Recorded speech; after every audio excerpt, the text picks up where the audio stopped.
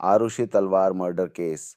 एक अनसुलझी गुत्थी 14 साल की मासूम आरुषि तलवार की हत्या की रात को जो हुआ, वह भारतीय अपराध इतिहास के सबसे पेचीदा और विवादित मामलों में से एक बन गया।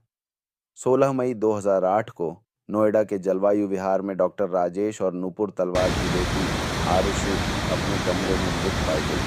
शुरुआती शक उनके घरेलू नौकर हेमराज पर गया, लेकिन जब अगले ही दिन हेमराज की लाश घर की छत से बरामद हुई तो यह मामला और उलझ गया। जांच में कई चौंकाने वाले मोड़ आए।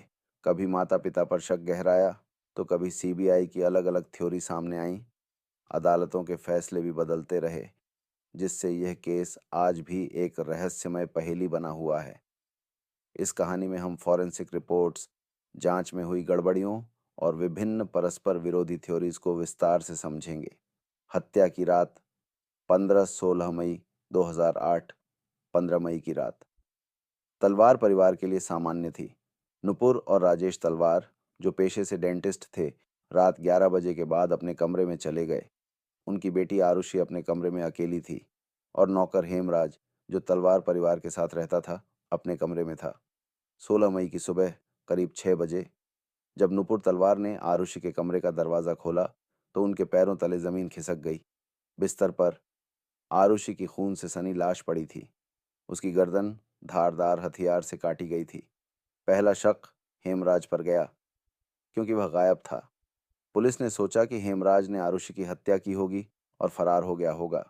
लेकिन अगले दिन पुलिस ने घर की छत से हेमराज की लाश बरामद की। अब यह मामला एक दोहरे हत्याकांड में बदल गया। फॉरेंसिक रिपोर्ट्स और शुरुआती जांच में गड़बड़ियां। एक, गले पर चोट के निशान दोनों हत्याओं में गर्दन को किसी धारदार हथियार से काटा गया था। फॉरेंसिक रिपोर्ट्स के अनुसार चोटें ठीक वैसी थीं जैसी किसी सर्जिकल स्केलपेल या खुखरी से आ सकती हैं। दो, क्राइम सीन को खराब करना। पुलिस जब पहली बार मौके पर पहुंची तो उन्होंने क्राइम सीन को सुरक्षित नहीं रखा। कई लोगों ने कमरे में आकर साक्ष्यों को दूषित कर दिया।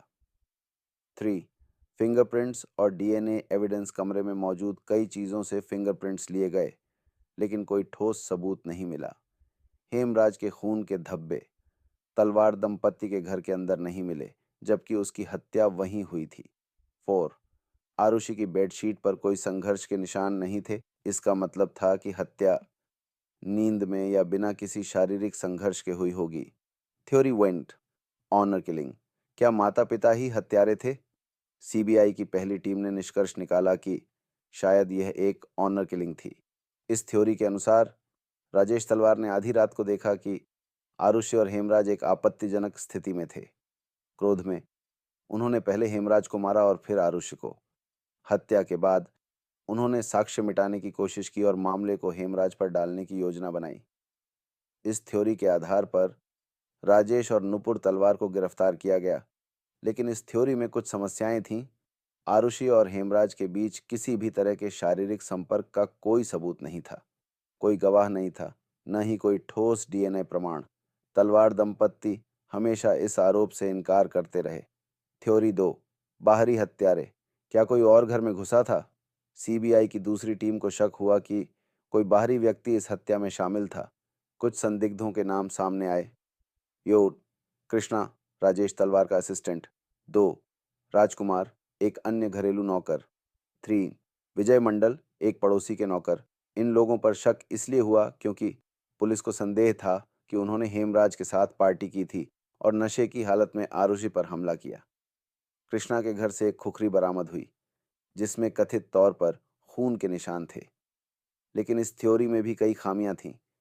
कोई प्रत्यक्ष सबूत नहीं था जो इन्हें अपराधी साबित कर सके। इन संदिग्धों का कोई डीएनए मैच नहीं मिला। कोर्ट के फैसले और रहस्य बरकरार। 2013 में गाजियाबाद की विशेष सीबीआई अदालत ने राजेश और नुपुर तलवार को आजीवन कारावास की सजा सुनाई। लेकिन 2017 में इलाहाबाद हाई कोर्ट ने सबूतों की कमी के आधार पर उन्हें बरी कर दिया। ये मामला अभी भी अनसुलझा है। कोई नहीं जानता कि असली हत्यारा कौन था। निष्कर्ष, क्या सच कभी सामने आएगा? आरुषि तलवार मर्डर केस भारतीय न्याय प्रणाली की खामियों और जांच एजेंसियों की लापरवाही का प्रतीक बन गया है।